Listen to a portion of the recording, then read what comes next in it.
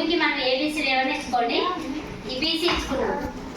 BC ఇది కూడా 5 సెంటీమీటర్లతో భూమిని గీసిన తర్వాత బి నుండి 4 సెంటీమీటర్లతో ఏ నుంచి బికి ఒక చాపరేఖ ద్వారా ఒక చాపరేఖను 4 సెంటీమీటర్లతో వృత్తరేఖ సాయంతో గీచింది.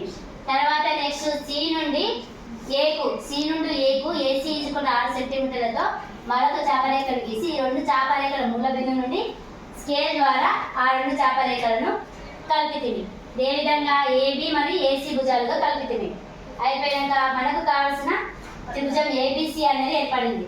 దీనికి మరో అనురూప స్వల్ప త్రిభుజం రావాలంటే 2/3 రెట్లు ఉండేటట్టు ఇచ్చింది కదా క్వశ్చన్. ఈ 2/3 రెట్లకి ఏం చేయాలి? కొట్టేయాలి. ఫస్ట్ 3 × 3 4 కాబట్టి 3×18.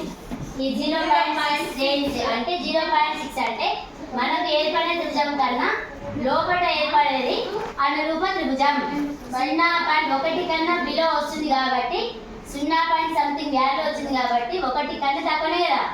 కాబట్టి త్రిభుజం అసలు త్రిభుజం కన్నా మనకు ఏర్పడే మరో అనురూప త్రిభుజం అనేది ఈ త్రిభుజం లోపల ఏర్పడుతుంది, బయట కాదు. 1 అబవ్ వస్తేనేమో వాల్యూ త్రిభుజం బయట ఏర్పడుతుంది, 1 బిలో వస్తేనేమో త్రిభుజం లోపల ఏర్పడుతుంది. ఈ బిలో ఏర్పడే త్రిభుజాన్ని అనురూప త్రిభుజం అంటాం. ఆ అనురూప త్రిభుజాన్ని మనం గీద్దాం, సరేనా?